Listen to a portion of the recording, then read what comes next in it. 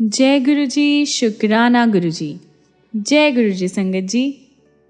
आइए संगत जी, आज हम जानेंगे कि कैसे गुरु जी महाराज का ब्लेस किया हुआ लोटा बड़े से बड़े कष्टों को, बड़ी से बड़ी बीमारी को टाल देता है। जय गुरु जी, शुक्राना गुरु जी। आगे बढ़ने से पहले आप अपने चैनल गुरुजी सत्संग वर्ल्ड को सब्सक्राइब कर लीजिए ताकि आपको गुरुजी महाराज के ऐसे प्यारे प्यारे सत्संग, उनके चमत्कार और उनकी ब्लेसिंग्स रोज रोज सुनने को मिले। और साथ ही संगत जी, इन वीडियोस को, इन सत्संग को अपने दोस्तों के साथ, अपने गुरु परिवार के साथ शेयर कीजिए ताकि वो भी जल्द से जल्द गुरुजी महाराज के चरणों में आ सके, उनकी ब्लेसिंग्स को पा सके। और हाँ संगत जी, आप में से कोई भी संगत अपना सत्संग हमारे साथ शेयर करना चाहते हो, गुरुजी का शुक्राना अदा करना चाहते हो और अपने दोस्तों के साथ, अपने गुरु परिवार के साथ अपने एक्सपीरियंस को बांटना चाहते हो, तो नीचे दिए गए ईमेल आईडी या फिर व्हाट्सएप नंबर पर आप हमें मैसेज कर सकते हैं। आपके सत्संग भी बहुत जल्द ही शेयर किए जाएंगे। जय गुरु जी। आज का पहला सत्संग हम सुनेंगे अनुराग मैनी का। मेरे गुर्दे संबंधी रोग के बारे में 1995 में पता चला। 6 साल बाद मेरे गुर्दों ने काम करना बंद कर दिया और मेरा गुर्दा ट्रांसफ़र किया गया। मेरे ऑपरेशन से एक दिन पहले सर्जन ने आकर मुझे बताया कि मेरा रोग ऐसा था कि ट्रांसफ़र के बाद भी 70% पॉसिबिलिटी थी कि मुझे ये रोग दोबारा हो जाएगा। मेरा परिवार और मैं निराश हो गए, पर हमारे पास इसके अलावा और कोई ऑप्शन नहीं था। मेरे ऑपरेशन के बाद मैंने डॉक्टर्स की दी गई हर एक ट्रीटमेंट का, हर एक रूल्स का पालन किया था, लेकिन हर साल मुझे हॉस्पिटल में एडमिट होना पड़ता था। ईयर 2003 में मैं टर्की में था जब मेरा ब्लड प्रेशर बहुत बढ़ गया। मुझे फ़ौरन इंडिया वापस आकर हॉस्पिटल में एडमिट होना पड़ा। गुर्दे की बायोप्सी से पता चला कि ये रोग दूसरे गुर्दे में भी हो गया था। हमने भारत और अमेरिका के सबसे अच्छे हॉस्पिटल से डॉक्टर्स से विचार विमर्श किया, लेकिन हमें कहा गया कि कुछ ही महीनों में मुझे डायलिसिस शुरू करना पड़ेगा। इसका कोई और ट्रीटमेंट नहीं था। मुझे स्टेरॉइड्स की भारी मात्रा पर डाला गया। मेरी वाइफ, माँ, पिता और बेटा सब बिखर गए, सब बहुत ज़्यादा डर गए। हम बहुत सारे मंदिरों और ज्योतिषों के पास भी गए। बहुत पैसे हमने बर्बाद किए, पर कुछ नहीं हुआ। उसी टाइम मेरी तरक्की भी हुई। मेरी नई जिम्मेदारियों की मांग थी कि मुझे हर महीने अन्य देशों की यात्रा करनी थी। हम बहुत ही ज़्यादा असमंजस में थे कि मुझे ये तरक्की स्वीकारनी चाहिए या नहीं, यानी प्रमोशन को एक्सेप्ट करना चाहिए कि नहीं। इस पड़ाव पर हमारी एक परिचित भाटिया आंटी ने हमें गुरुजी के बारे में और उनकी चमत्कारी शक्तियों के बारे में बताया। हमने उनका विश्वास नहीं किया, पर क्योंकि हमारे पास और कोई ऑप्शन भी नहीं था, हमने गुरुजी के पास जाने का डिसाइड किया। मेरी माँ उनके दर्शन के लिए गई और मेरी प्रॉब्लम के बारे में गुरुजी को बताया। गुरुजी ने अगली बार मेरी वाइफ अंजना को एक तांबे के लोटे के साथ आने को कहा। मेरी वाइफ लोटा लेकर गई, जिसे गुरुजी ने अभिमंत्रित किया। मुझे उसमें रात को पानी भरकर रखना था। सुबह आधा पानी पीना था और बाकी अपने नहाने के पानी में मिला देना था। वैसे तो मैं स्वयं गुरुजी के पास नहीं गया था। मैंने उनके निर्देश का पालन किया। मरता क्या ना करता। गुरुजी के निर्देश का पालन करने के 3 महीने के अंदर पहला चमत्कार हुआ। मेरे गुर्दे ठीक होने लगे और 6 महीनों के अंदर मेरे गुर्दे नॉर्मल हो गए। मेरे डॉक्टर्स सरप्राइज्ड थे और उसने मुझसे पूछा कि मैं कौन सा इलाज करवा रहा था, क्योंकि एलोपैथिक दवाइयों से मेरे गुर्दे ठीक नहीं हो सकते थे। हमने गुरुजी और उनके आशीर्वाद के बारे में बात की और डॉक्टर्स ने मुझे प्रोत्साहित किया कि मैं ऐसा करना जारी रखूं। हम विस्मित थे, कैसे एक गुरु किसी को आशीर्वाद दे सकते थे जो उनसे कभी मिला भी नहीं था, जिससे उन्होंने कुछ लिया ही नहीं था, और बिना एक बार भी दावा किए कि उन्होंने उसका इलाज किया था। ये अनोखी और कभी कभार होने वाली ही बात थी। हमने ऐसा ना तो पहले कभी सुना था और ना ही अनुभव किया था। गुरुजी का आशीर्वाद प्राप्त करने के 6 महीने बाद मुझे उनके दर्शन हुए और वो मुस्कुराते हुए और आंखों में एक चमक लिए मुझसे मिले। पहली बार मैंने चाय प्रसाद और लंगर ग्रहण किया। इस बात का मुझे बाद में एहसास हुआ कि ये मेरी दवाइयों की अगली खुराक थी। मैं दुनिया के किसी भी कोने में यात्रा पर जाता हूँ तो अपना अभिमंत्रित लोटा साथ लेकर जाता हूँ। दुनिया के किसी भी देश के कस्टम्स ने ना कभी मुझे रोका है और ना ही लोटे के बारे में पूछताछ की है। जहाँ मैंने गुरुजी के यहाँ महीने में एक बार जाना शुरू किया, मेरी वाइफ गुरुजी के यहाँ अधिक जाने लगी। उसे शियाटिका था और अक्सर उसे दर्दनाक दौरे पड़ते। उसने कभी भी गुरुजी से इसके बारे में बात नहीं की और हर हफ्ते वह छोटे मंदिर में चुपचाप बैठती और मेरी सेहत के लिए प्रार्थना करती। 1 साल के अंदर उसे एहसास हुआ कि अब उसे दौरे नहीं पड़ रहे हैं, अब उसे दर्द नहीं हो रहा है। उसके शियाटिका का इलाज अपने आप हो गया था। इस अवधि में हमें गुरुजी का एक सिद्धांत याद आया जो उनके एक भक्त ने हमें बताया था। गुरुजी ने कहा था, पुछदे नहीं मंगदे नहीं। एक शिष्य को अपने गुरु से कुछ नहीं मांगना चाहिए। शिष्य दूरदर्शी नहीं होते, जबकि गुरु दूरदर्शी होते हैं और संगत के बिना बोले अपने आप ही उन्हें आशीर्वाद दे देते हैं।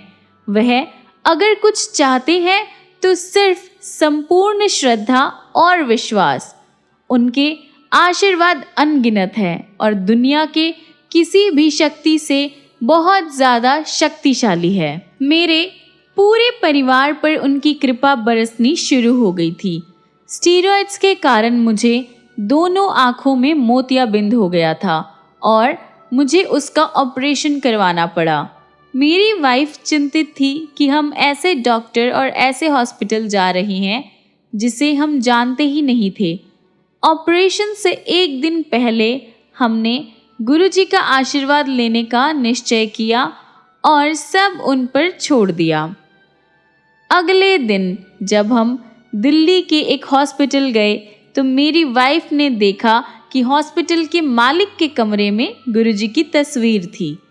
हॉस्पिटल के कर्मचारियों ने हमें बताया कि हॉस्पिटल के मालिक गुरुजी के पक्के भक्त थे और पिछली शाम को संगत में थे जब हमने गुरुजी से आशीर्वाद लिया था। गुरुजी ने अपने आप ही उस हॉस्पिटल को और हमारा मार्गदर्शन किया जिसे उन्होंने आशीर्वाद दिया था। मेरा ऑपरेशन बहुत अच्छा रहा। एक बार फिर गुरुजी ने प्रमाण दिया कि हमें उनसे कुछ भी मांगने की आवश्यकता नहीं है। उनका आशीर्वाद सदैव हमारे साथ है, हर जगह है और हर समय है। वैसे तो मेरे गुर्दे में सुधार हो रहा था। मुझे महंगी आयातित दवाइयाँ खानी होती थी जिसके कारण हमारी बचत समाप्त होती जा रही थी। हर हफ्ते गुरुजी की संगत में बैठे हुए हम चिंता करते थे कि कुछ और महीनों में जब हमारी बचत समाप्त हो चुकी होगी तो हम कैसे ये खर्चा उठाएंगे। जब भी हम लंगर के बाद आज्ञा लेते तो गुरुजी हमेशा मुस्कुराते, पर हम कभी भी हिम्मत नहीं जुटा पाते कि उनसे कुछ पूछते। मैंने कुछ साल सेना में काम किया था पर अब उनसे संपर्क में नहीं था।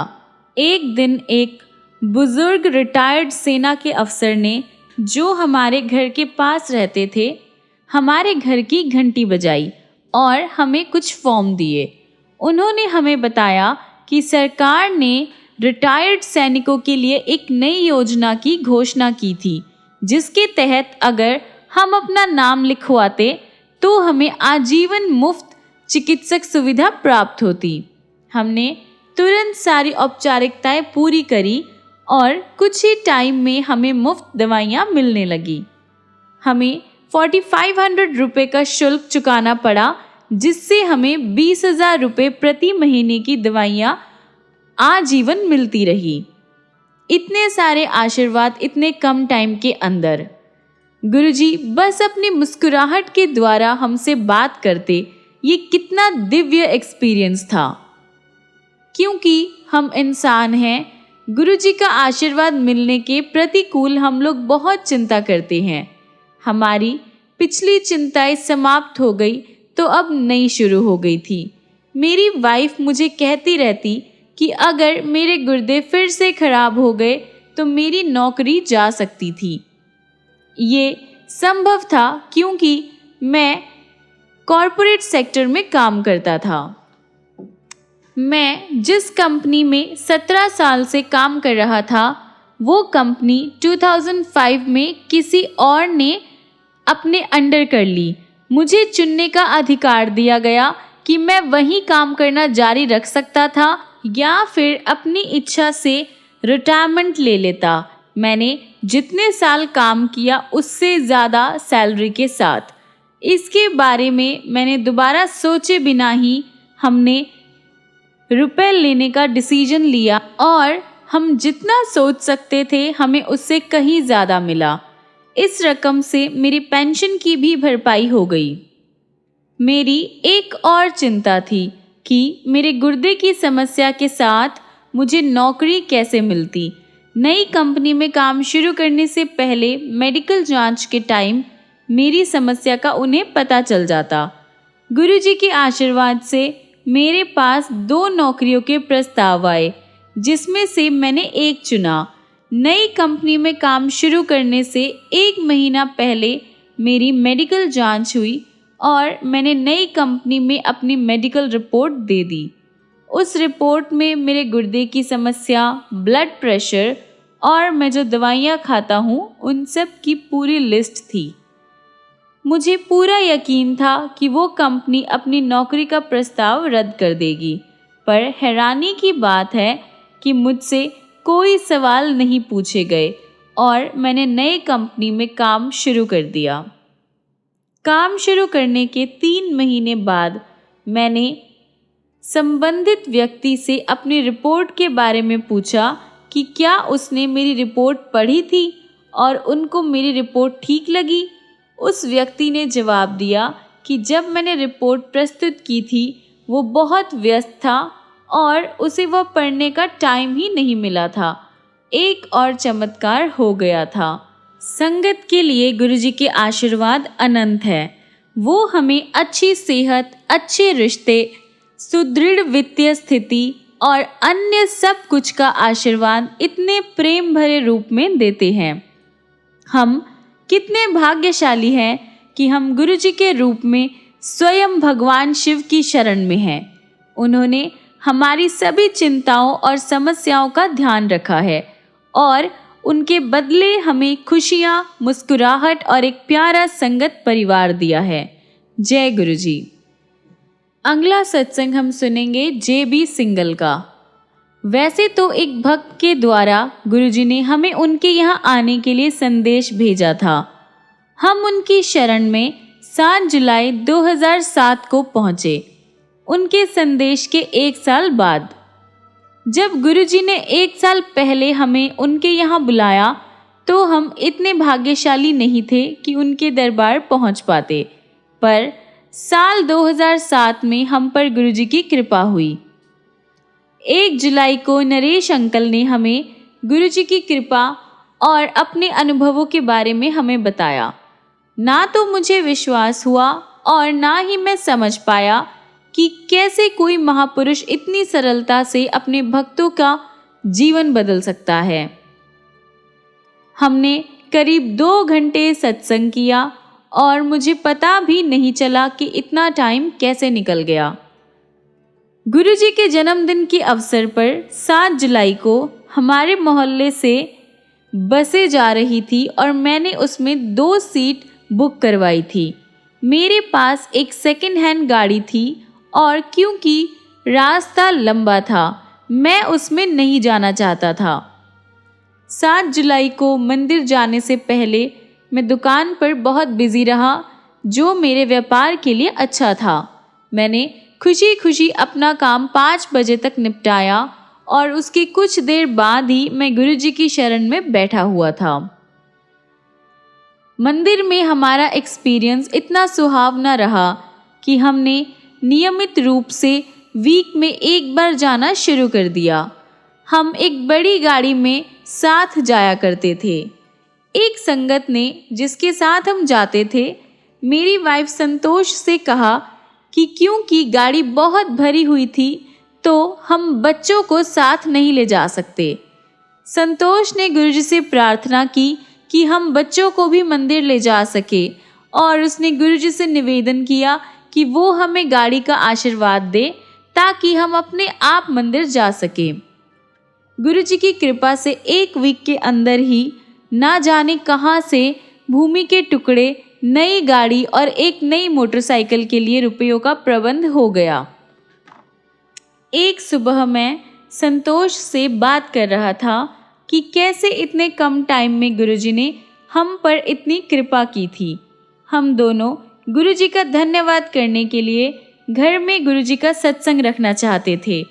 हम करीब आधा घंटा इस पर विचार विमर्श करते रहे और फिर इस नतीजे पर पहुँचे कि पैसों की तंगी के कारण हमें सत्संग के बारे में अभी नहीं सोचना चाहिए। तभी हमारा एक पड़ोसी आया और अपने घर में इन्वर्टर और बैटरी लगवाने के लिए हमें 10,000 रुपये दिए। हमारी समस्या का तत्कालीन समाधान करने के लिए हमने गुरुजी का धन्यवाद किया और सत्संग के प्रबंध में जुट गए।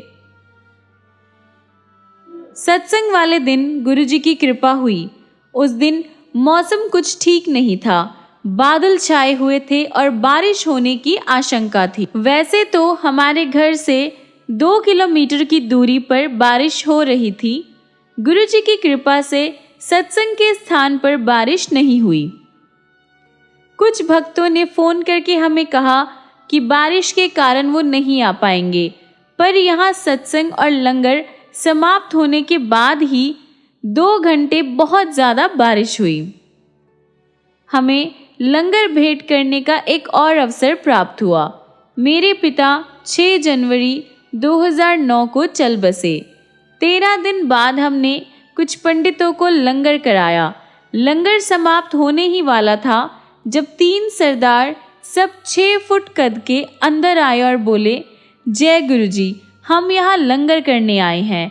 हमने उन्हें बिठाया और लंगर परोसा। वो खुश होकर वापस गए। मैं सोच में पड़ गई। हम जहाँ रहते थे वहाँ कभी भी हमने किसी सरदार को ऐसे घूमते हुए नहीं देखा था।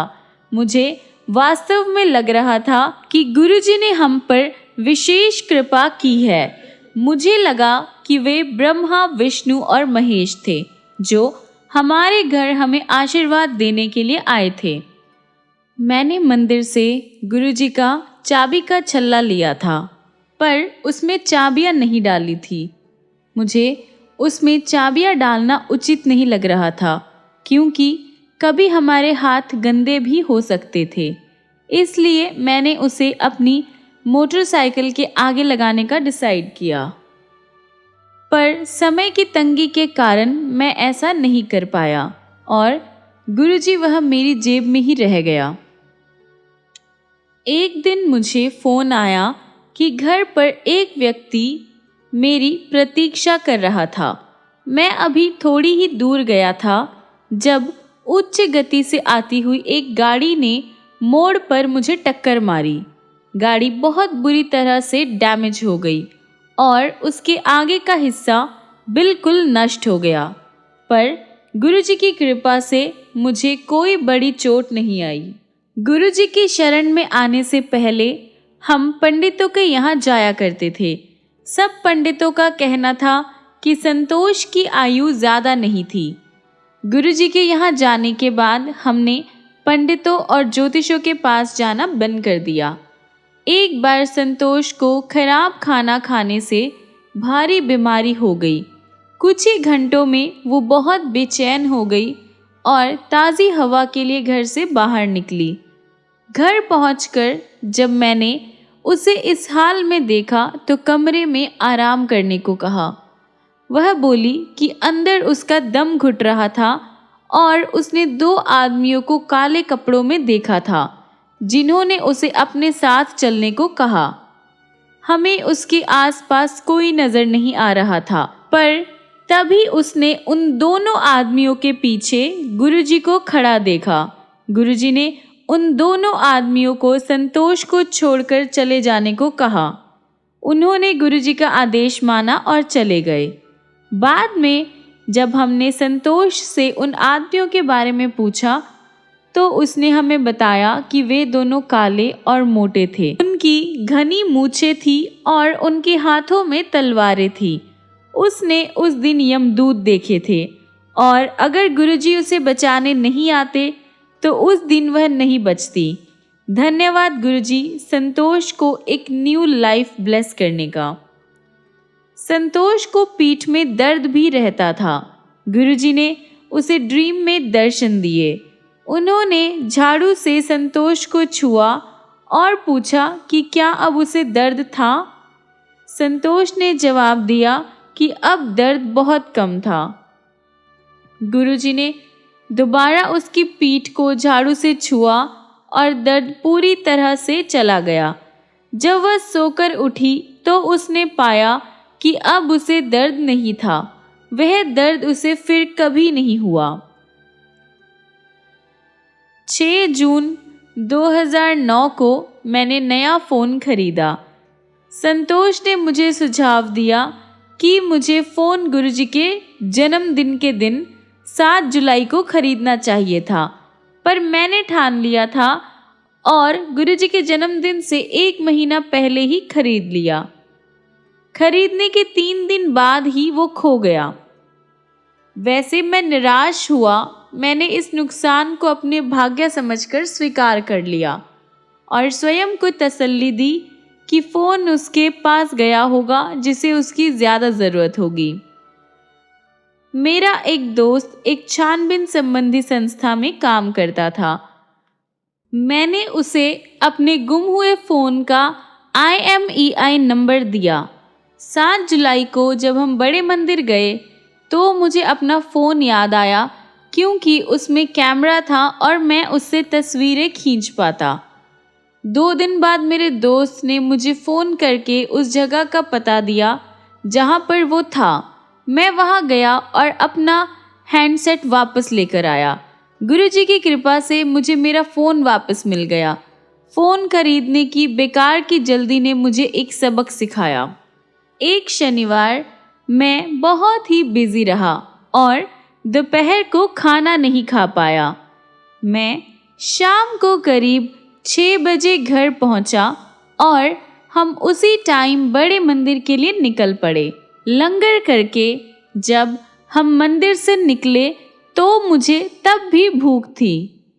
मैंने रास्ते में कहीं रुककर कुछ खाने का सोचा। तभी एक संगत मंदिर से बाहर आई और मुझे प्रसाद के 4 लड्डू दिए।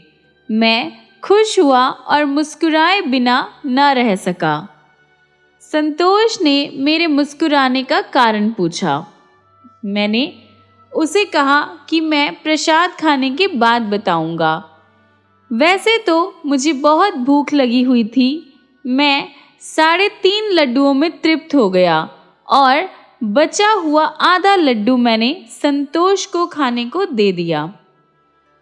फिर मैंने उसे सारी बात बताई और मुझे एक बार फिर अनुभूति हुई कि कैसे गुरुजी छोटी से छोटी बात का भी ध्यान रखते हैं। तब मुझे पता लगा कि कैसे गुरुजी महाराज चाहे छोटी बात हो चाहे बड़ी बात हो, हमारी हर इच्छा को, हमारी हर विश को सुन लेते हैं और चुटकियों में पूरा कर देते हैं। गुरुजी के यहाँ आने से पहले मैंने बहुत धन बनाया और गंवाया था। हर 3 महीने मुझे बड़ा नुकसान होता था और मेरा सारा धन समाप्त हो जाता था, खत्म हो जाता था। गुरुजी के यहाँ आने के बाद मुझ पर आर्थिक स्थिरता की कृपा हुई और आज मैं एक सुखद जीवन व्यतीत कर रहा हूँ, सब गुरुजी की कृपा से, सब कुछ उनकी ब्लेसिंग से। और गुरुजी से मैं यही प्रार्थना करूँगा कि वो मुझे अपने चरणों से जोड़े रखे और अपने सारे संगत परिवार को ब्लेस करते रहें और मुझे भी ऐसे ही बहुत सारा प्यार करे और ब्लेसिंग्स दे। जय गुरुजी, शुक्राना गुरुजी। आइए संगत जी, हम अपने आज के सत्संग को यहीं पर विराम करते हैं और गुरुजी महाराज का मंत्र जाप करते हैं। ओम नमः शिवाय, शिवजी सदा सहाय। ओम नमः शिवाय, गुरुजी सदा सहाय। ओम नमः शिवाय, शिवजी सदा सहाय। ओम नमः शिवाय, गुरुजी सदा सहाय। ओम नमः शिवाय, शिवजी सदा सहाय। ओम नमः शिवाय, गुरुजी सदा सहाय। ओम नमः शिवाय, शिवजी सदा सहाय। ओम नमः शिवाय, गुरुजी सदा सहाय। ओम नमः शिवाय, शिवजी सदा सहाय। ओम नमः शिवाय, गुरुजी सदा सहाय। जय गुरुजी, शुक्राना गुरुजी। संगत जी, मिलते हैं अगली वीडियो में गुरुजी की ऐसे बहुत सारे चमत्कार लेकर, बहुत सारे प्यारे प्यारे सत्संग लेकर। तब तक के लिए गुरुजी आपको ऐसे ही ब्लेस करते रहें, बहुत सारा प्यार करें, बहुत सारी खुशियाँ दे। और आप भी एक बात का ध्यान रखिएगा, गुरुजी को दिल से याद कीजिए, दिल से प्यार कीजिए। और एक और चीज़, अपने आप को पूरी तरह से सरेंडर कर दीजिए, पूरी तरह से समर्पण कर दीजिए गुरुजी के चरणों में, गुरुजी के पास। फिर देखिए गुरुजी महाराज की ब्लेसिंग्स कैसे आप पर और आपकी पूरी फैमिली पर होती है, कैसे उनका प्यार बरसता है। जय गुरुजी, शुक्राना गुरुजी। जय गुरुजी संगत जी।